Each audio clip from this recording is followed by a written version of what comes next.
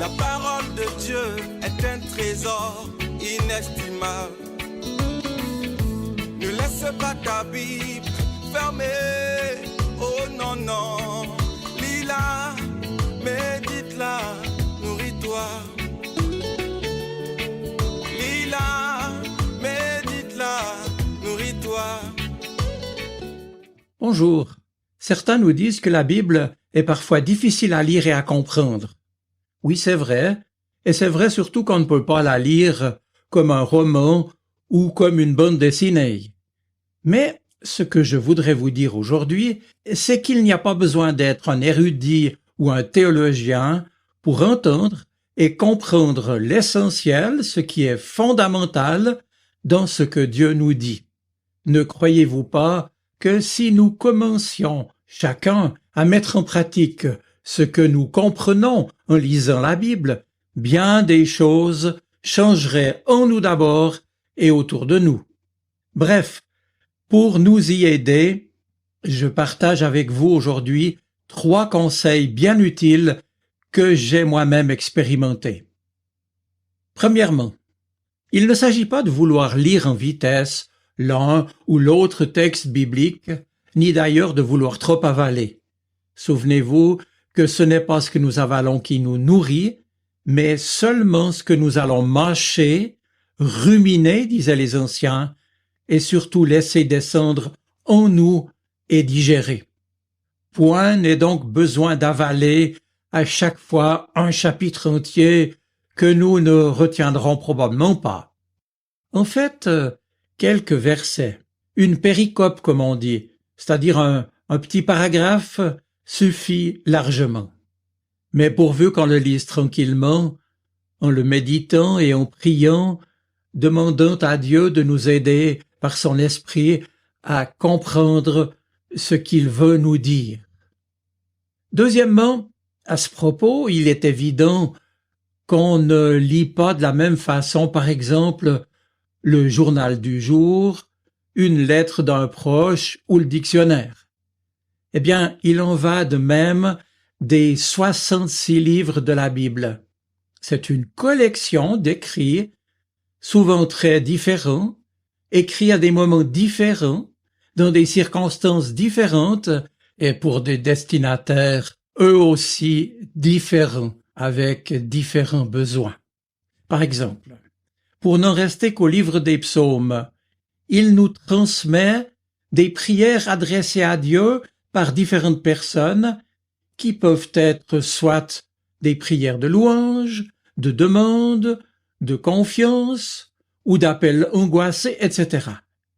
Eh bien, il en va de même pour les différents écrits du Nouveau Testament, avec les 4 évangiles, 3 sont relativement semblables, le 4e, celui de Jean, très différent, ou bien les lettres de Paul, de Pierre, etc., sans parler du livre des Actes des Apôtres ou d'autres écrits.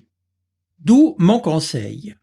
Oui, priez, mettez-vous devant Dieu, demandez-lui de vous parler avant d'essayer de comprendre le contexte dans lequel ce texte a été écrit en premier lieu.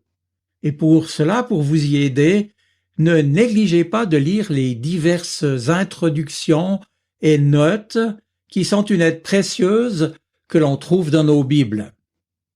Troisièmement, au sujet de la Bible précisément, il est des traductions en français qu'on appelle des versions qui sont certainement plus accessibles que d'autres.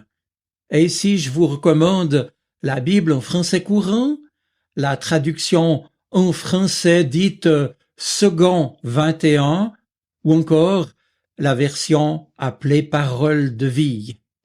Toutes ces versions sont fidèles au texte original et le rendent bien dans le langage et avec les mots d'aujourd'hui. Maintenant, il est clair que lire la Bible doit nécessairement aussi se faire à certains moments avec d'autres chrétiens. Pourquoi?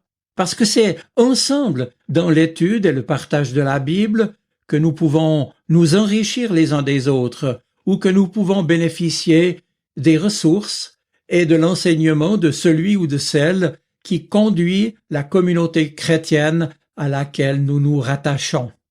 Un chrétien tout seul est comme une bûche de bois qu'on aurait retirée du feu. Seule, mise à côté du feu, elle finira par s'éteindre. Il faut savoir que le Seigneur nous a voulu ensemble, son Église, pour l'animer et la faire rayonner par son esprit. Le contexte du récit que je vais aborder maintenant, en Actes au chapitre 8, nous ramène aux origines de la naissance de l'Église chrétienne. Après l'ascension du Christ et la manifestation puissante du Saint-Esprit à la Pentecôte, les disciples, Pierre et Jean en particulier, annoncent donc l'Évangile avec force et ferveur. Naturellement, cela provoqua la réaction des autorités religieuses qui, pour stopper cette perturbation publique, les mirent en prison. Face à cette progressive montée de violence puis de persécution, seuls les apôtres restèrent sur place et beaucoup de chrétiens se dispersèrent un peu partout dans le bassin de la Méditerranée. Ce fut le cas de Philippe, diacre de l'église de Jérusalem, homme plein de foi et d'Esprit Saint. Lui partit en direction de la Samarie. Or, quelque part, on ne sait où exactement, nous dit le livre des Actes au chapitre 8, le Seigneur, s'adressant à Philippe, lui dit « Lève-toi et va du côté du Midi, sur le chemin qui descend de Jérusalem à Gaza, celui qui est désert. » Nous aurions bien sûr aimé avoir des précisions. Et puis c'est tout aussi vrai que nous ne comprenons pas tout quand nous lisons la Bible. Nous aurions au moins ici posé quelques questions si nous avions été Philippe. Mais où aller, Seigneur? Et pourquoi faire? Qui vais-je rencontrer? Montre-moi que c'est bien toi qui me parles. C'est un peu curieux d'être dépêché sur un chemin désert. Et pourtant, dit le Seigneur, lève-toi et va. Et ce sont ces deux impératifs d'action qui sollicitent la foi complète, celle qui ne s'embarrasse pas d'objections, mais qui entre dans une confiance totale en Dieu, quoi qu'il nous demande de faire. Mes amis, si nous voulons lire et comprendre ce que Dieu nous dit au travers des différentes pages de la Bible, cette même attitude de confiance doit nous stimuler et nous encourager nous aussi.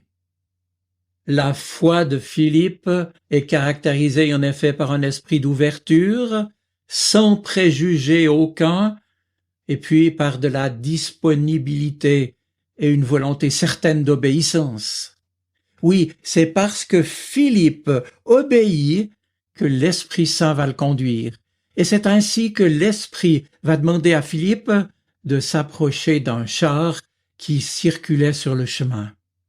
Alors Philippe se dépêche et se met à la hauteur du char, et de ce fait, il est en contact avec un personnage qui est en train de lire à haute voix un texte du prophète Ésaïe. Et c'est donc tout naturellement que Philippe va faire connaissance avec ce haut fonctionnaire qu'on nous dit être ministre des Finances de la reine d'Éthiopie. Lui, cet homme, attentif à ce qu'il lisait, cherchait à comprendre ce qui était écrit.